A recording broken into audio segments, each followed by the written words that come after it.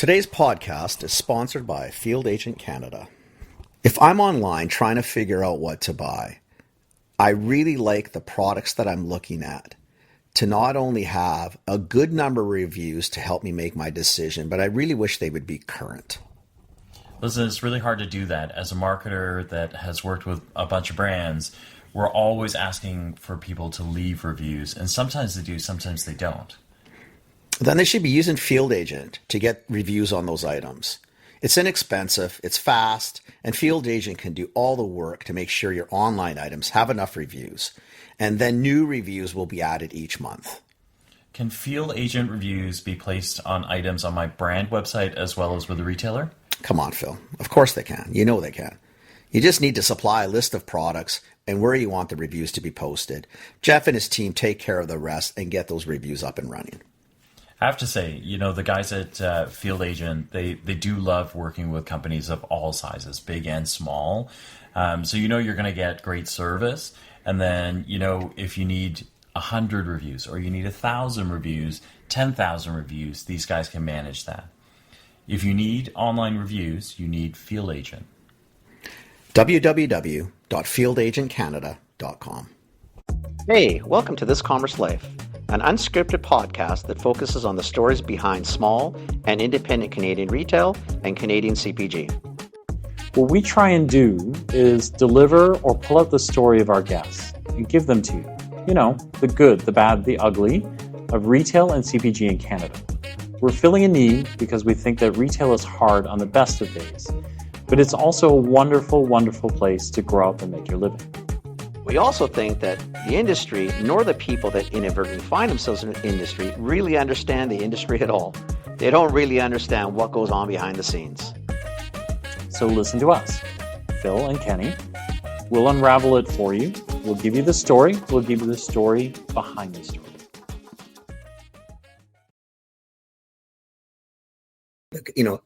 Because we're all highly sensitive right now because of the issues going on. But it's funny that even right now, our solution short term to a lot of these challenges is to what? Double down on the stuff that we really should do. Well, I'm going to use it that we should do because it's there, it's ours, and it can fuel things. But we're going at it that we need to double down and this is the future. No, this is literally a stopgap, which should have been played 50 years ago. And right now we shouldn't be worrying about this shit. We should have already done different things. We did it. No big deal. Right? We're pretty resilient people. We'll figure it out. But if it's all going to be just a matter of doubling down on old world shit, just so we're all clear, we're going to continue to get old world shit. So sooner or later, it's good. I mean, I think we should take things out of the ground. Okay with it. It's our ground. It's there. I appreciate. I mean, yay team. But we got to think a little past. I think it's going to take some step change, right? Like I just think we've gotten fat and lazy, right? Like lazy is probably the one because it's easy. It's there. Look, and they were there. You're right there. Like, it's been good times, right? Like you think sure. The last 30 years, it's been good times, right? And like it's funny because I think of like basic things like when we were kids and we used to cross the border to the US to go buy things and come back. We'd actually be petrified of border guards, right? Because it was actually really strict. Like it was really tough. Like I remember uncles and aunts fighting with border guards. Like I think the one like lasting memory, my godfather was driving, and the border guard literally made us all get out of the car, and those were big cars, right? So it's like a lot of people in these cars, and then he was like literally rifling through his trunk, right? And then at one point he got to a shoe and went, "Is this a new shoe?" And my godfather was so mad. He was like, "If you think it's a new, just smell it. Stick your nose." Like he's telling a border guard, like, "Shove your nose in my shoe and smell it, and you can tell me if it's new. If it is, I'll pay for the tax or whatever the F you, But like so the last 30, it's been great, right? Like I'm sure we're flagrantly breaking all sorts of rules to come over to back and forth borders, and like it's not been a thing, but now all that's gone, right? So like I think we forgot, Phil, it's not our country, and our country's not their country. And it has been very easy to do things. And again, I think that comes back to laziness. Now, allowed in you've got to ring the doorbell before you just come barging. And I'll even see if I let you in. Yeah. I've got to unlock the door, and then you got to greet me, and I got to greet you before maybe Gotta I'll check finish your my shoes, license, check the right? socks, you got holes in them. Like, do I want you in the house? Do you Yeah. smell? The challenge though is like we haven't seemed to, because one of the I guess the most dangerous part of the last 30 years is so I came back here to Canada in 2021. I lived overseas. I was in Rwanda, Congo. I love living overseas, and I met my wife, fell in love, had our kid over there. But when I came back to Canada, I had a culture shock of like, whoa, what are the priorities and the important things here versus, I guess, what were important to me. And I remember some of my friends who at this point were inheriting their parents' farm. So I have a friend who's got his dad had 50 head of dairy. Now you can't make a living off 50 head of dairy anymore. And so he's got 300 acres, and his dad kind of sold off the dairy. He's just doing corn, and he's looking at the future and saying, holy cow, like, I'm done. Like, I'm giving up. Right. And another friend of mine, his dad had 300 acres. Now he only has 100. Like, we're going into this weird category where the food producers in Canada have a similar outcome than the food producers in East Africa. Right. They are the bottom of the pyramid. They're struggling. They don't know what technology innovation. Right. And the last 30 years, we swept it under the rug through government subsidies. Right. You don't need to be a viable farm. We'll subsidize you. Right. But I think in the end, like, that's an old way of thinking. And the younger generation who wants to take it over, they can't take advantage of those subsidies because a few big players aggregated those farms. Right. And so I came back to Canada thinking, hey, let's start a farm company. And I was like, that was the dumbest idea you can do. And it's sad that producing food for 40 million people is the dumbest business you can get into right now. Yeah. And we talk about food insecurity for the last 5 years since COVID, like when we really all saw supply chains fall apart. And we still have done pretty much sweet bugger all to kind of fix it up. Yeah. So unfortunately, I don't have the solution yet. No. Yeah. But I do think these are opportunities, right? That's one thing that maybe we missed the opportunity. I know it sounds weird to say it, but whenever things change, we can either yearn for the past or dive head into the future. COVID, we yearned for the past. Yeah. But nowadays, actually, nobody wants to go back to that as much anymore. So we need to build a better future, a brighter future. And for me, what I like is, so I came from the humanitarian background. So what first got me overseas was the Haiti earthquake in 2010. Spent 2 years out there working in rebuilding houses, water infrastructure, and supporting medical systems, right? So we were doing temporary clinics during the cholera outbreaks. After Haiti, I was in Chad during the Sahel famine in 2013, 2014, 2015.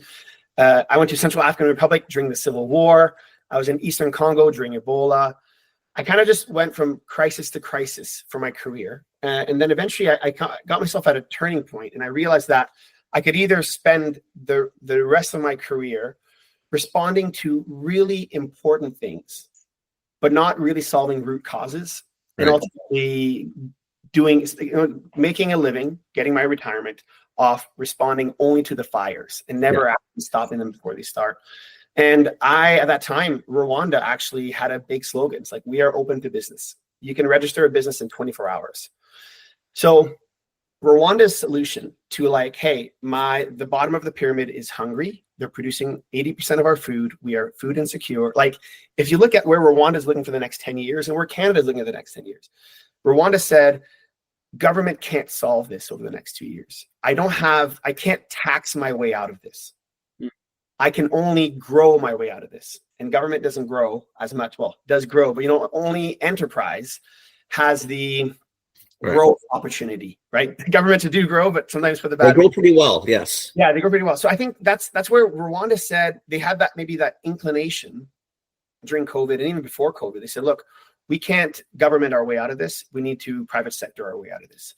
Now, capitalism has its weaknesses, and I'm not saying that multinationals have solved our problems, but I think they had it right, and that attracted a lot of innovators. And I think that's maybe we don't have the results yet, although Rwanda has been growing rapidly. I think the best thing is that there's a hope, right? You look into the future and they're like, hey, Rwanda is going to be amazing in 10 years, like amazing, right? Because of the investment, because we've attracted the brain power, the innovations, we're applying the right technology to the right basin. So, yeah, that's really what attracted me up there. And what got me into this industry was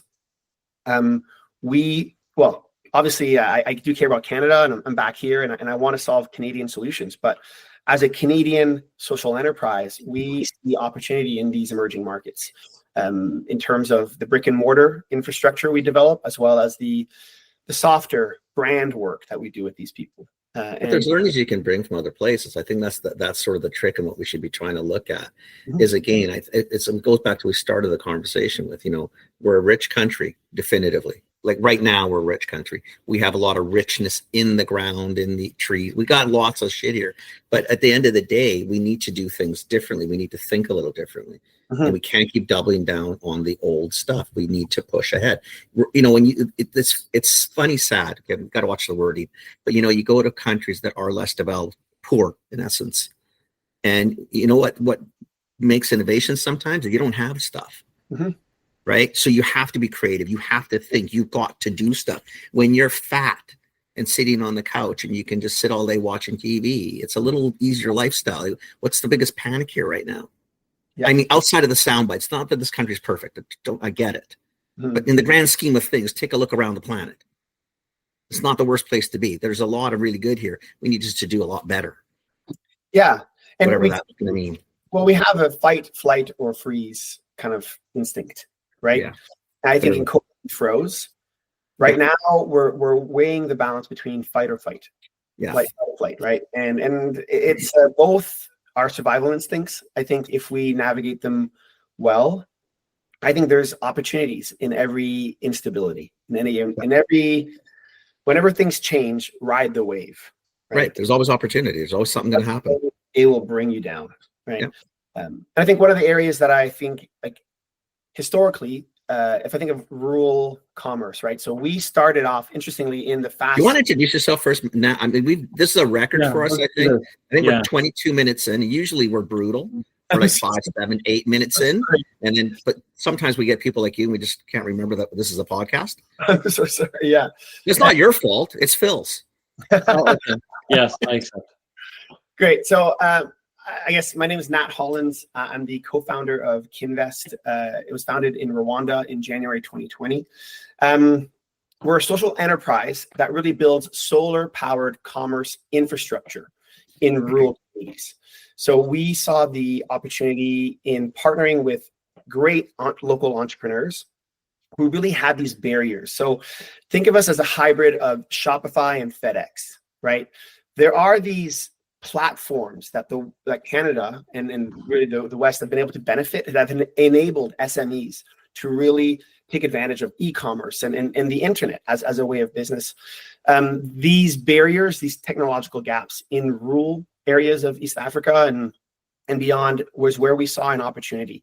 And so we build brick and mortar commerce centers, and we work with local agro entrepreneurs by providing the market access, sometimes financing support, definitely training and upskilling, as well as actually the I guess a unifying market space, right?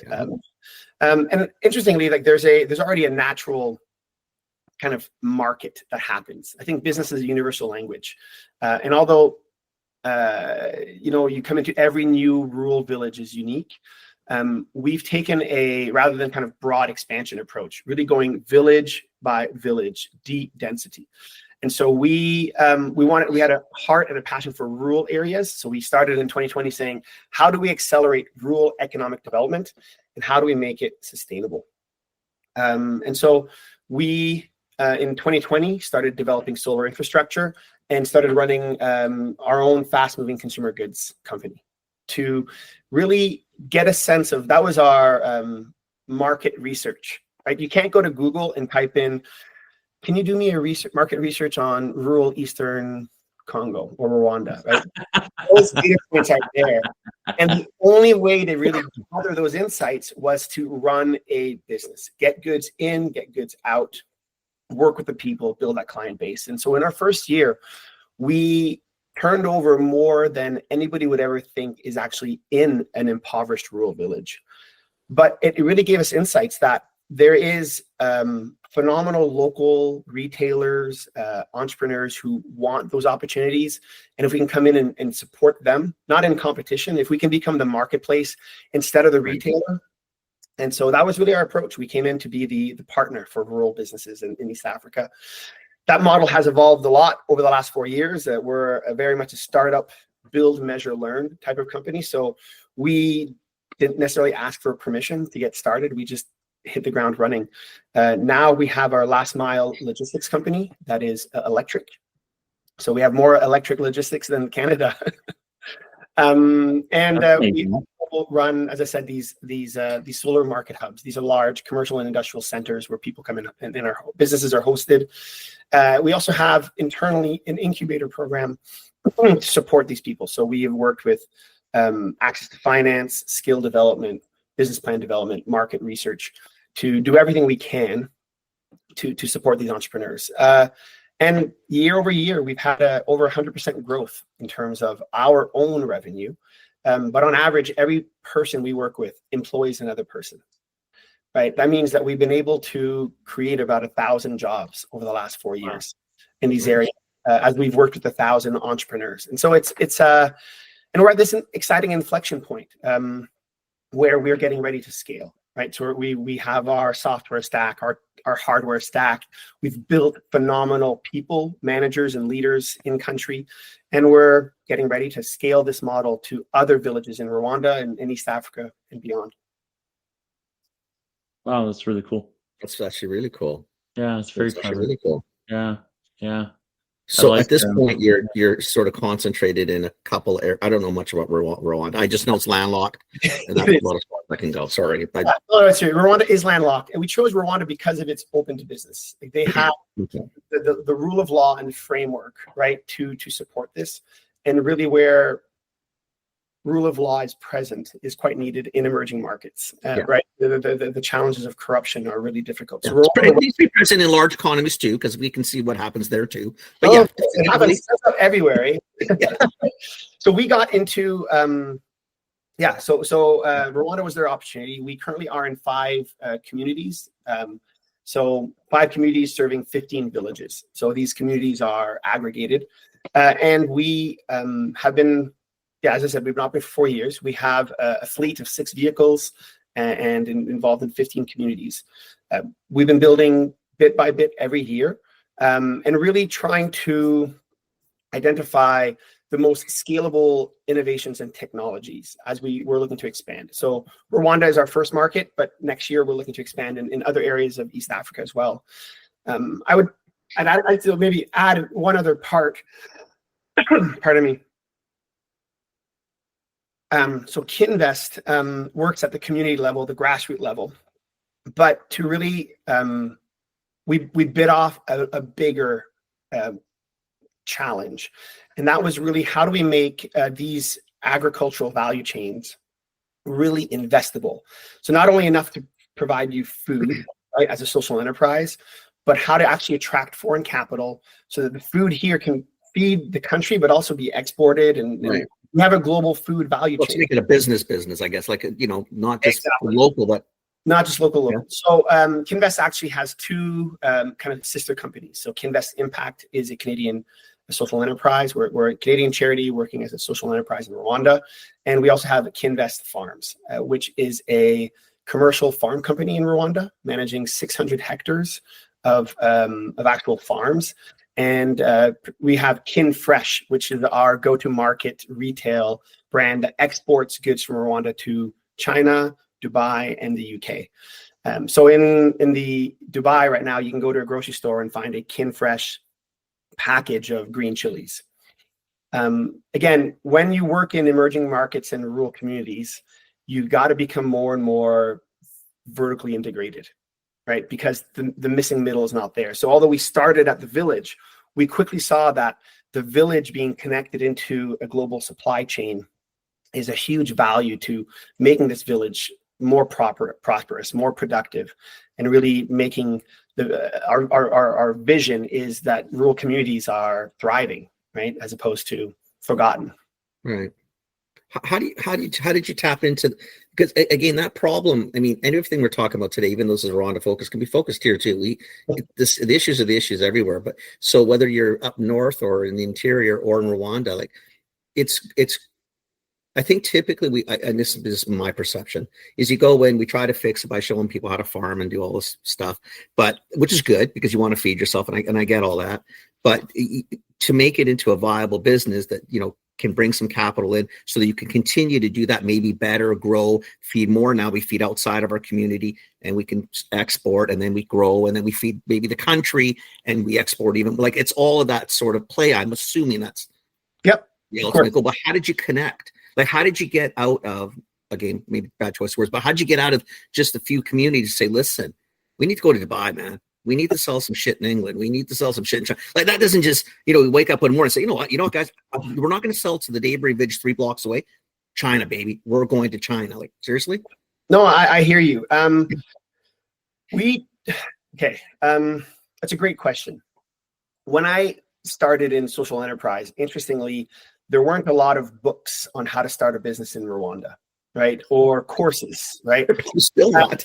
And so, interestingly, where I naturally gravitated towards was Silicon Valley, right? Their fast startup idea of like build, measure, learn, minimum viable product, like just like pivoting, right? Yeah. I actually found my roadmap and my inspiration much more through the startup culture than through the I'm going to have a like this standard business development program. So if it wasn't for that attitude from the very beginning turned us into what started off as an FMCG company into I guess a full stack agriculture company, right? Social enterprise. And that was really, well, I'll give you the concrete examples. So in 2020, we built a solar powered market hub. We provide water to a community, and we're bringing in goods into the community. And we look at our revenue, and hey, we're making money. Things are going well. But we quickly found that, again, FMCGs or kind of these packaged goods, there's very low margins on them, like razor thin. And when transportation costs are so high, right, it's so difficult. And then when you're a wholesaler selling to retailers, those retailers are clever. They only buy your products that are poorly priced. And if you've got 50 SKUs, then you're constantly every month having to analyze. So we were getting down a track where it's like, and then we quickly pulled out and said, what is really the core business here? And although FMCGs are what people are buying, what their main economic engine is agriculture. And we saw that they are great. They're hard workers. They go to work every day. They're working hard. That's not the problem. But 45% of the harvests are going to rot because they're not accessing markets. Right. And so we said, let's get involved in aggregation and transportation. So we slowly bit off chunk by chunk, right, of the value chain. So first saying, let's just be the aggregator and transporter. And then we found that that wasn't the core problem. Let's be the producer and the aggregator and the transporter. And that was great. But then we started having even more waste because we didn't have an international market. Right. And then we had to create a global market. So then we sent somebody to Dubai. So it's been a pivot after pivot over the last 5 years that has enabled us to carve out where we feel we can be the best in the world at, where there is incredible need, and there's actually a sustainable economic model that makes everybody win. People get, passion fruit and avocados and coffee. Everybody's happy, right? And the farmers are happy. Right. And so that's kind of been how we got there. It's been a slow slog of build, measure, learn. In a lot of ways, it's just almost been very old school, right? It's old villages get together, you farm a market, then 3 or 4 villages talk to each other, say, listen, we can go to the big city, we can't go on our own. How about we, get carts and buggies together, load up, we go. You know what I mean? And you get your distribution model, you figure it out, logistics come into play. Then you figure, shit, we don't have to go to the city, we can go across the country or outside of the country or whatever. Eventually you get outside of the country and you're exporting and you've built out. So it's really cool. It's a long slog, But I find it's and what's interesting is maybe I'm a millennial. Maybe the younger generations, we're not necessarily attracted to the old business models, right? Like, I'm not going to be a startup and do farming. Like, that's not zesty at all, right? No. And so, but actually deep down, I tell all my nephews and nieces, is like, if you really want to make a lot of money, like, there's a boomer out there that wants to sell their business, right? And they need a young, ambitious, but it's going to be making matchbooks. It's not a sexy business, but you can take that and grow it into whatever you want. Absolutely. And so I think there's, I'm very, very, I lean towards optimism. And even though the beginning of this talk, we were like maybe a bit down on Canada, we have the university base, right? We have the infrastructure. Yeah. Like, if I was going to invest in a company, it would be Canada, like the future. Like, it's a good one, but it's just that spark. And I would say maybe the greatest lesson learned that I made over the last 5 years is, as a startup, people tend to ask you, are you a software or a hardware company? Right? Like, I was heavily on the hardware. Yeah. We've developed solar systems and irrigation systems. I developed our own electric powered farm harvest transporter by converting kits from Alibaba. Like, we are always growing and learning. But I now say that we are an HR company, because I've realized that the people are going to unlock all of the opportunity. Yeah. And I've spent the last 2 years of the last 5 just focusing on people from a client basis. Whenever I visit now Rwanda, I'm not taking apart inverters and reinstalling solar panels. I sit down with the person who used that electricity to chill their dairy products so that they can support a growing dairy cooperative. I said, how is it too expensive? And I get to understand the people, and I build better products from it. So the people have been huge, and I would say, with the right opportunities, there is incredible upswing coming up. So I'm very bullish on people wanting to live kind of better futures. And I think if you unlock and help them. Now, rural communities are forgotten. No, my town is forgotten. Everyone's forgotten. And I think the people in these communities are not less well off because they're lazy. Right? They're less well off because it's harder, more expensive, right? And you just gotta work harder, be more innovative, and apply more technology. Yeah. And you can carve out your margins that way. But I think the people in rural communities are phenomenal. I love the people, right? Because they're welders and plumbers, and they know how to fix a car. They know how to change. They're very talented that way. Yeah. I want to flip a question, because I think one of the things that's really interesting listening to you talk is, what we, along the lines of, we've gotten a little fat and lazy in our ways, right? Because it's been a very prosperous time.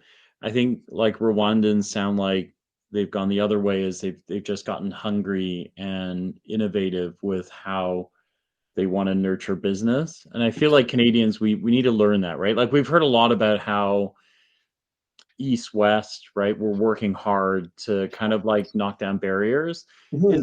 Is there anything that we can learn? Like, what do we, if you could tell government or entrepreneurs something, like a few things about how Rwandans do things that we should be adopting. Maybe even take it. Maybe the government's a hard one, because you know what, we all conceptually can't.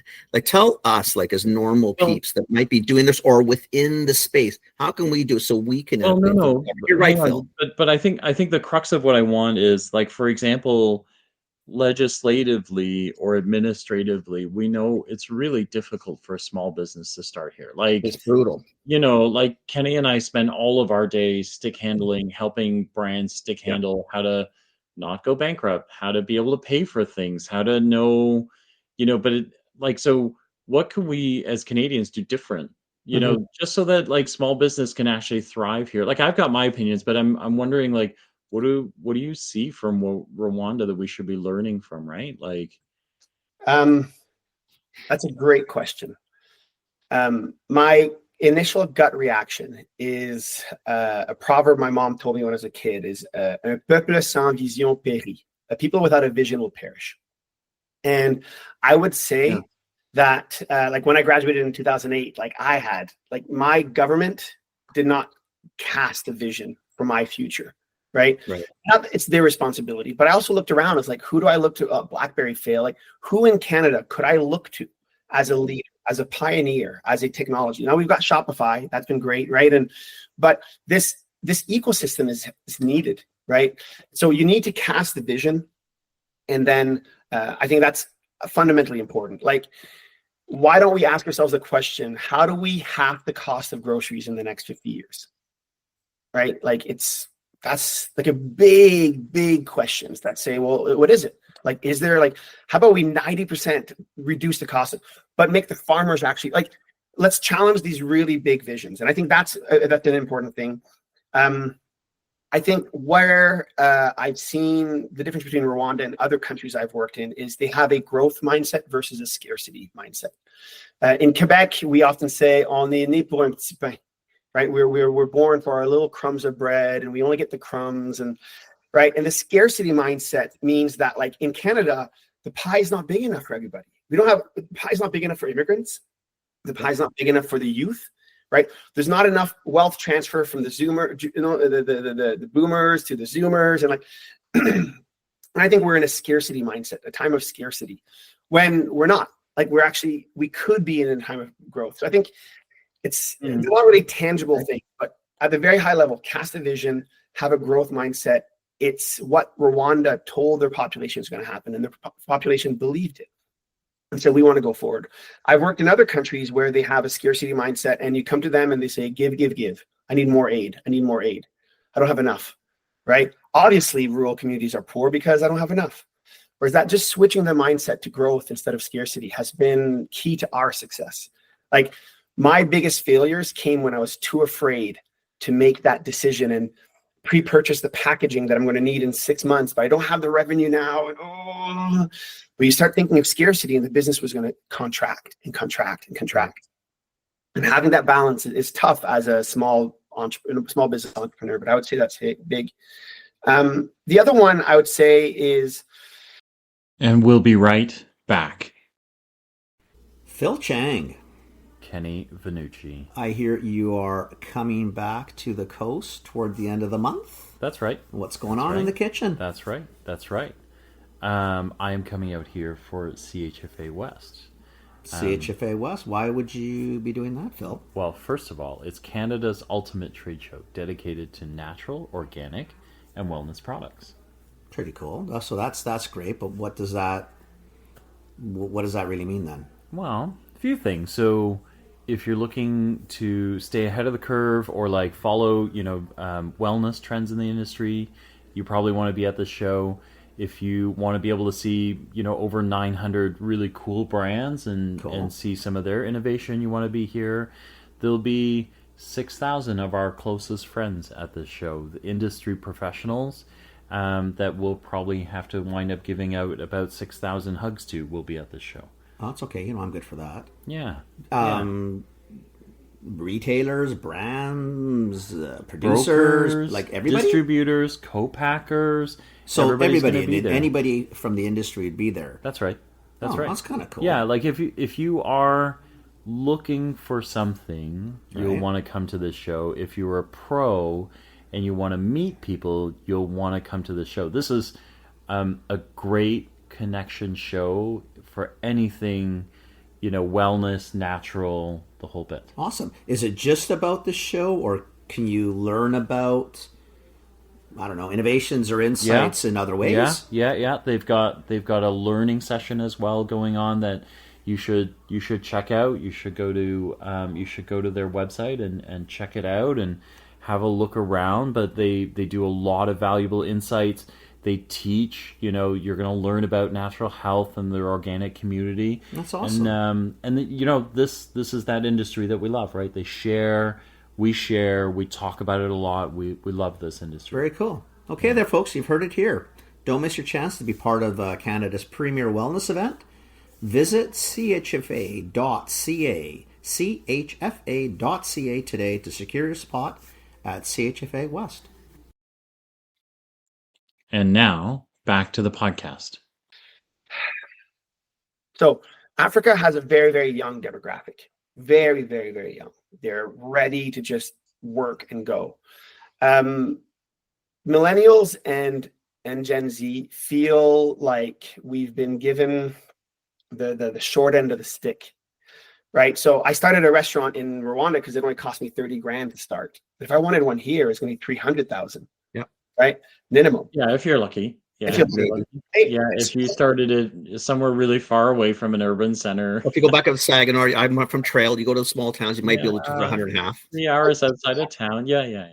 So it's like the barrier is just too high. We've been forgotten. Whereas interestingly, on the boomer side, you have a bunch of people saying, I want to retire, but I have nobody. My kid doesn't want this business. No, they're entitled. They moved to Toronto, but I have a great kind of washer factory that just produces washers, right? And so I think, but the bridge is not being made between them politically and culturally. But business is a universal language. It translates generations and it translates these things. So there's no reason to have a culture war in the middle of a small business. There's no reason to have a political war in the middle of a small business. Let's just sell, meet our clients' needs, and grow. Whereas I think if we could take the culture war, political war out of the equation, I would say cast a vision that unifies people. Think of growth as an opportunity, and we can use businesses to build kind of opportunities for the younger generation to come up, right?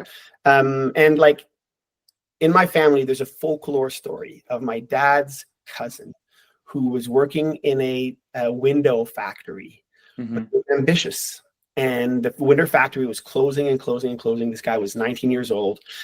On those weekends, updated his business plan, went to the owner and said, I think we can change this. Right. And the owner said, let's do it. And sure enough, they changed the strategy. It grew.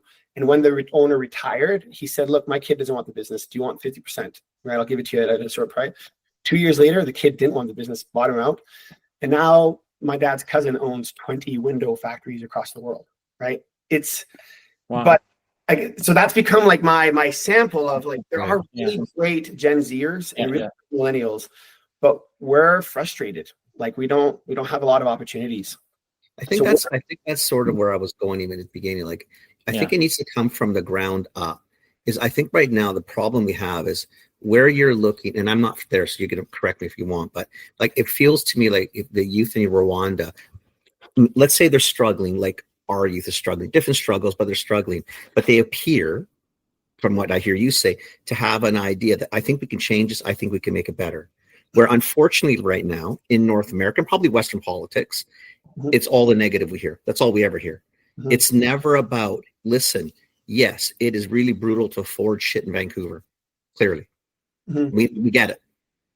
Okay, but if that's all we're going to talk about all day, every day, is there a solution somewhere in this? Is anybody going to take the step to do something? Right? And it always seems to be back that because, and the reason I was sort of not pushing the political part is because I just finished watching the news before we get on, and it's all the same shit. It's all sound bites. It's all rhymes. Yeah. It doesn't matter who it's from. Yeah. It's never anything it's never like this can do stuff. It's all this bleh and more bleh, and you're thinking, come on, guys, man. This is a great country. We've got so many cool things that we could do. Let's do something. But I think so. I'm with you. And I want the pulse. I'm thinking flip side, right? Is we spent a lot of time with an American best friend. We've adopted a lot of their ways. It got lazy. The first moment that we as entrepreneurs, we as Canadians think, I want to be able to grow. Where do we go? We look south and we try and figure out what do they do that I can do. But what I think all of this kind of rhetoric that's happened, I think the other part of this that's really amazing is you really do. You look outside and you go, hang on a second, like we're locked in a bit of a death spiral or we're not a death spiral. We're locked in a spiral of like, win a little bit, stagnate, conserve, lose, win a bit, like that's where we are, right? We're kind of in this really flat plane of like no growth. but you've got countries like Rwanda where, you know, they are not thinking about this at all. Like what is happening to the south of us is just a blip, right? Because to them, I think to your point, is just like they are thinking about growth, right? They're thinking about how do I grow? How do I make something of this? How do I make it bigger than it is, right? Like, so to me, the part maybe for anyone who listens to this podcast is like, go out and figure it out. Like, look at the rest of the world. There are people growing and like figuring stuff out. And then I think the other part of that to me is we need to push for our leaders to be better, right? Like Yes. we just, you know, Yes. we don't have, or you know, taking pot shots at the other side. I'm not that interested, to be honest, right? Like I think, Nathaniel, what you were talking about, like this idea of like we need a vision for growth. We teach brands that if you don't see where you want to go, you can't get there, right? If you don't talk the language, you don't get there. But if you look at what we're getting elected, there is nothing about where we're going. It's about what we're defending against, right? And to me, it's the wrong answer, right? Like that's still like it's like somebody's chasing you, and all you're doing is looking behind you to try and figure out how you evade, right? But Yeah. you know, you know, Well, one of the things, again, to flip it into the positive. yeah, So if I look at Canada's opportunity, looking ahead, and I don't want to make any enemies in Quebec. It's my home, but Quebec has not leveraged its French language as much as it could have. Right. So that's one thing that France has done across West Africa, across Central Africa. Now, I'm not saying they're the perfect model because they do some sketchy things. You look at things. But again, if Quebec, I don't want to be negative, but instead of trying to protect our French, if we can say we want to be the Western partner for French growing economies, let's bring technologies, know-how, investment into these places. So that we don't, when we get immigrants coming here, they're a bridge coming here. Right. And then I met my first Canadians, kind of a second generation Canadian kind of who moved back to their parents' country recently. Oh, that's cool. They're like, I don't want to lose. There's no opportunity. It was expensive and everything. And he moved back to Rwanda. He's working for us. But he's a Canadian Rwandan, right? So like he chose to go back there because like cost of living's great. I've got this weather, and I think that if you look at actually foreign aid as a industry, it dwarfs in terms of its potential compared to remittance. So the remittance of the dishwashers and the cleaners and people sending money back is a huge portion of the investment back there. But I'm seeing also a new generation of people here who say, hey, rather than just my uncle's asking me for money every month, right? Rather than do that, I want to help my uncle harvest his coffee and then I'm going to sell it in my coffee shop in Toronto. Let's build collaboration. So I do think we are in the age going beyond aid, and we're in an amazing inflection point where the aid that we used to know, that used to kind of meet that, for better or worse, things like USAID and other things are moving. So ride the wave, right? And get involved, because I think Canada has a unique opportunity in being a mosaic to have great partnerships in emerging companies in the French-speaking world, great in the Asian-speaking world, right? Like we have go to the other side, come to my side, and it's between South Asia and mainland, and I mean, really. But it's not only going to be exporting our natural resources to them. No, it can't be. That's been it right? It's about collaborations. It's about actually, we are a Ghanaian, like having a Rwanda Canadian business, like and working on either side, and like in a weird way, that's what globalism should have been, right? Yeah. Not like in an ideal sense is that you have co-ownership, co-involvement, right? But unfortunately, only the super rich and multinationals have benefited from globalism. Right. But technology now, and the advancement in emerging markets is meaning that SMEs can access emerging markets and the global markets that we didn't before, right? I'll be honest, I use ChatGPT to translate from Kinyarwanda all the time when I'm talking to people, right?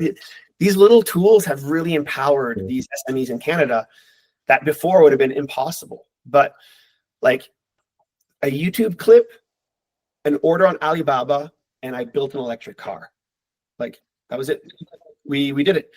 And just because we believed that we could, and the people in Rwanda are like, they're like, yeah, of course we can try. Let's try it. But that's what, and I think that's what I want people to sort of get that. Just so we're clear, everything described is what we used to be. Especially our neighbors to the south, or even Canadians. I mean, sometimes we're just a little different up here, but that's okay. We're our peeps. We're all good in the hood. But we have friends to the south that had that mentality, and they're doing the opposite. Where in Rwanda, it sounds like you're looking out and saying, "Hey, we can really do some cool shit with all of you." You've got another attitude that's going the reverse and internalizing everything. And I'm just so we're all clear, it's a long-term failure. It just doesn't work. The way we've done globalism, I understand why people are upset. I get it. Yeah. I understand, because as a group, we probably didn't benefit as much as a very few who did. I appreciate that. But that's something I guess ultimately we can fix or try to fix. You know, going back into sort of the community, going back and starting from that base and going up just like you sort of did there, and everybody talking. I love, get rid of the interprovincial trade barriers. Like, so there's little things we can do here, but honestly, it's a mindset. We can do shit. We can grow. You got to stop thinking that you can't. Like, and it's just words, and it sounds like, oh, we need to adjust our lenses. No, it's not that. I think we need to adjust our lenses, right? Like, I think we need to look to other places. We need to learn. We need to learn again, is what we Well, really learn from Rwanda. Look, they're doing it. They're doing what we all did, but they're doing it now. And we're growing, and then figure out what they do, and then not be so set in our ways, right? I actually think, I think the idea of Quebec being, kind of this. I think this is what you're thinking, like, a bit of a portal. Absolutely. I think, there's very few people in the world that have kind of, come back from France, some area in France, and went, oh, that's just terrible. I never want to go back there again. Right. So to be able to bring some of that culture or the French culture here would be amazing. It's something that we don't have at or all. just double down on that we have. I've rarely heard anybody saying, you know what, I will never go back to Montreal or Quebec City, because they were just god awful, terrible looking, terrible food, terrible. Every day I hear that from somebody. Everybody who goes never goes back. Really? We have it. Double down on them and stop trying to protect the whole goddamn thing and share it. Exactly. If that's how we win. You don't win by caving in, because then also fight. Everybody's just fighting. Exactly. New York City is a global brand because it exported its brand. It didn't protect it. Oh no, but they took a long time to do that too. Yeah, no, of course it takes a long time. So look, I moved back to Canada for a reason. I am bullish on Canada as well. It has right, but I realized that, I guess, where Kinvest is trying to, we were inspired by our work in Rwanda, but we definitely want to work in the Canadian North American space to bring that optimism, connect these markets together, make globalism work better for those countries, but also for the people here who can then take advantage of globalism to, enrich yourself. There is a lot of opportunities, and I think, I guess my message to my generation now is we play a unique role in culturally bridging barriers, politically bridging barriers, right? Like the older are one side, the younger are one side. No, the millennial. So I think there's a lot of bridge building, and I think that's where currently, the last 5 years, Kinvest, my main motive was building the social enterprise and getting it to work. I would think the next 5 years, if I can help scale and replicate what this is happening in different markets, then Kinvest has contributed not only to Rwanda but to Canada, right? And what I made it here. So I get messages with people like, oh, you guys are producing coffee. I want to import your coffee. Like those little conversations. I love that. But I think those conversations can happen. I think the problem, Nathan, is we just need to know them, right? And a lot of times we just get stuck on our own bubble. And I think that's why I keep going down the path. I'm trying to push you to, take root sort of again for a little longer time to see, okay, can these mentalities be put? Listen, we're not going to change the country tomorrow. You got to be careful. You don't conquer the world on the first day. But if we could do this type of thing, like in Quebec, in rural BC, rural Ontario, like we can do a lot of cool shit here, man. Like we have the resources. It's not like we have to rebuild electrical grids. We've got stuff here. Like we've got more resources to do stuff than most people on the planet, from water to energy, etc. We can't, it's the lens thing Phil said. We've got everything. Stop complaining. Change this because we've got it all. Yeah. We buy fancy water bottles from the Pacific Island, Fiji. I live in BC, man. Got more water here. What do you want? No, I hear you. I guess one of the things also we've noticed recently, I think AI, I know it's a buzz at the moment, but I kind of went all in when it came out. And it's become, I guess, in fact, speaking to the SME space, it has been so helpful, right? Yeah. It has huge on this. I love it so much. Yeah. It's made our SME much more viable than it ever could have, right? Now, there's the bad ways of using it. Clients can read through the BS ChatGPT kind of intro emails. But at all levels of the organization, whether it's getting clear internal communication, better external communication.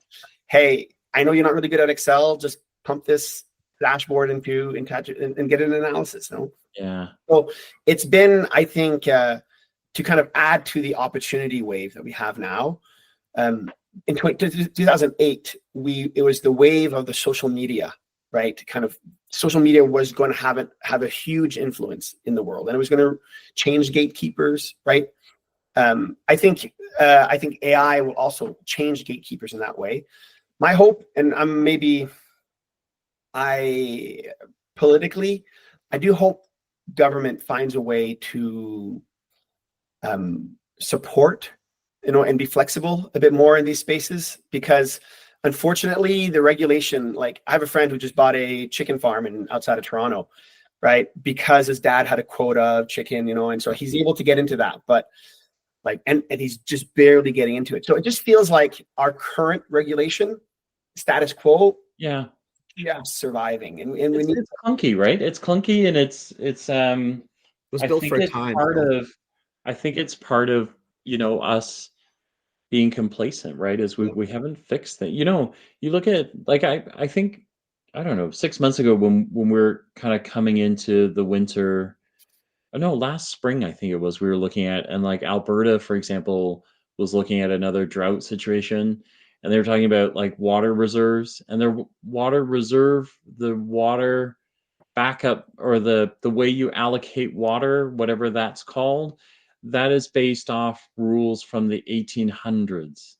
Do you know what I mean? So basically it was first come, first served. And then if your stake is the oldest one that's there, you get as much water as you want, and everybody gets after you. And you kind of go, so are you implying that it's antiquated, Phil? Is that what it's like, so many centuries later, and we're still using the same system. Like, this is us. Like, this is us being fat and lazy, right? So we just got to get off our butts and kind of, we need to push things around. We need to be able to push legislation around to say, it needs to be less clunky. We need to be able to do more, right? Like, and then we need to push our leaders, us as leaders, and then we need to push our leaders to say, where we go, like, stop, right? So that guy, he's going to keep talking. He's going to keep talking. That's what he does, is he talks, right? We're not sure if he thinks about everything, but he talks a lot.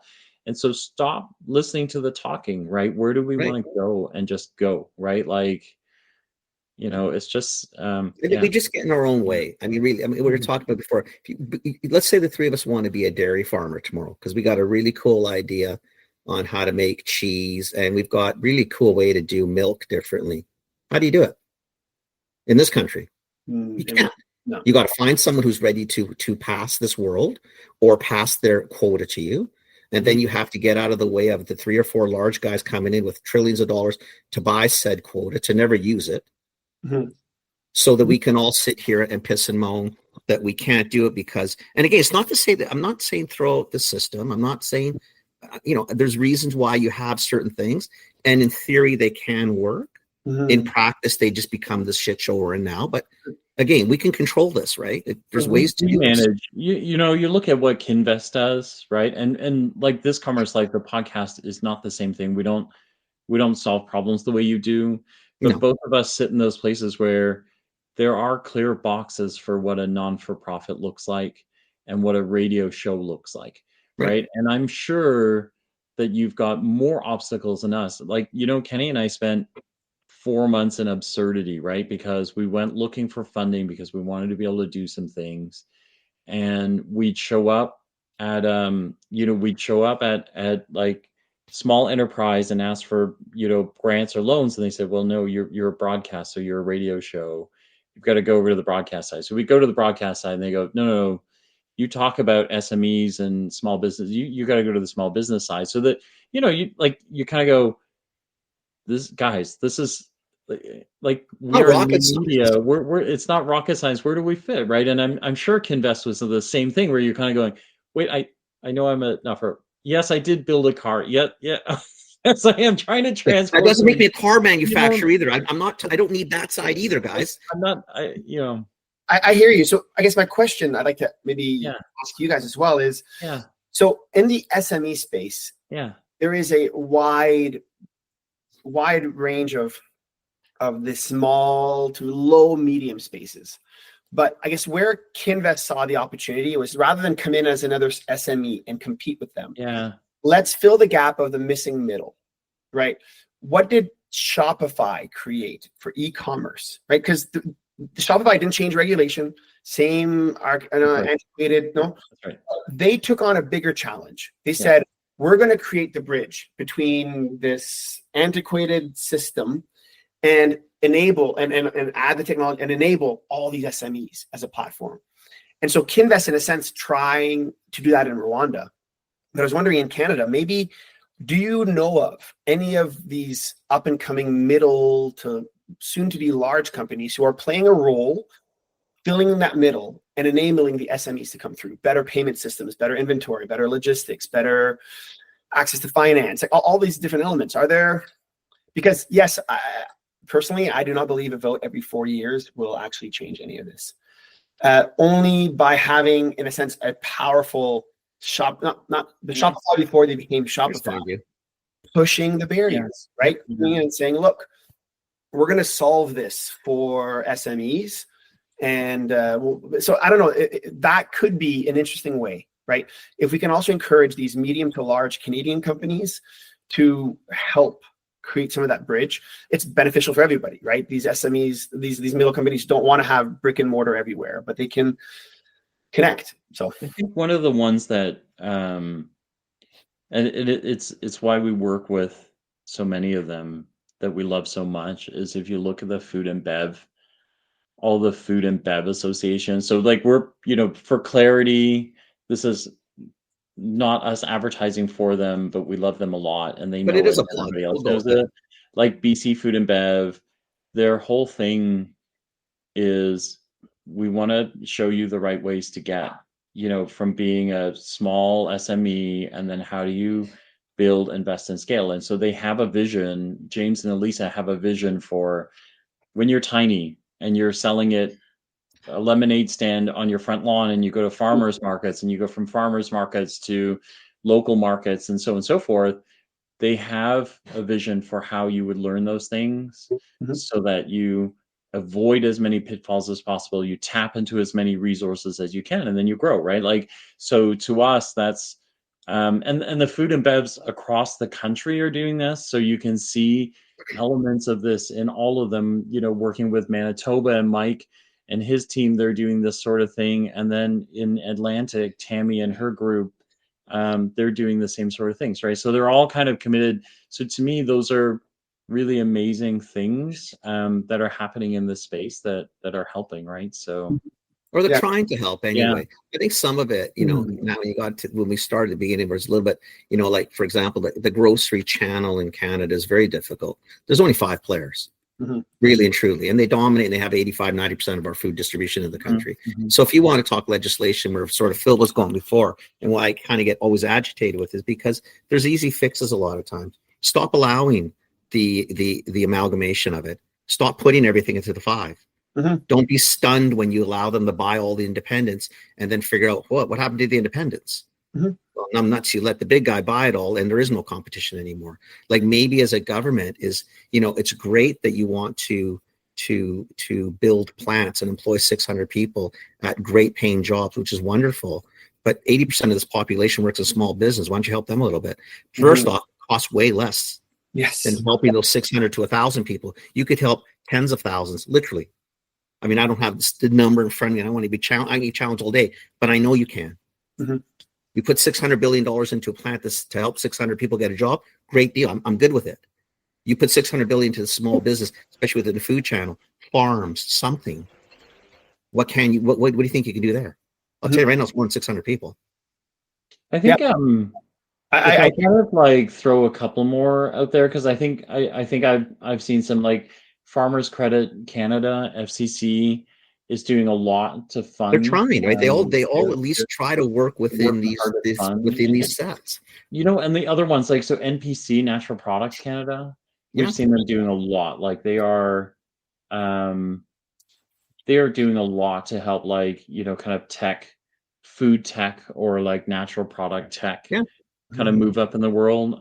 So I think those guys, all of those guys are doing some just really cool things. A lot of good stuff happening here. We just need more of it. And there's nothing wrong with it. Let's just go. Let's double down, man. We need more. We need to make them our not heroes, but we do need to. Yeah, but you can celebrate them. We need to celebrate them. Yes. Montreal Canadiens would not have as many fans if they did not have a handful of French Canadian players. 100%. And I think, unfortunately, my greatest people that I look forward to for inspiration are south of the border at the moment. And so partly because I'm not aware of them, right? And it's not just about branding and, obviously, but I think there's highlighting these people, making them into these examples, I think are areas that I want to, I think would be always good, right? It's always good to have a hometown hero that's building and growing and pushing the barriers. And if we highlight and showcase those people, I don't know. I think that's what we try to do. Like we try to bring the smaller ones on to hopefully inspire others. Because to your point, what we've always said is we have people to the south that have no problem getting onto a grandstand and spewing stuff, whether it's true or not, or whether it's great or not, but they have the confidence to do it. And up here, we just don't do that. I mean, I'd even be interested. I mean, if you're game, I would love for you to come back on with a few of the successes you've had in Rwanda. And maybe have some of them tell us how they've done and what they've done. Because again, we have so many small businesses. Small business is small business everywhere. It's the same thing. It doesn't matter where you are. Yeah. So maybe it's something that, can inspire people here to say, well, shit, they do it. They have way less stuff than we have, whatever that means.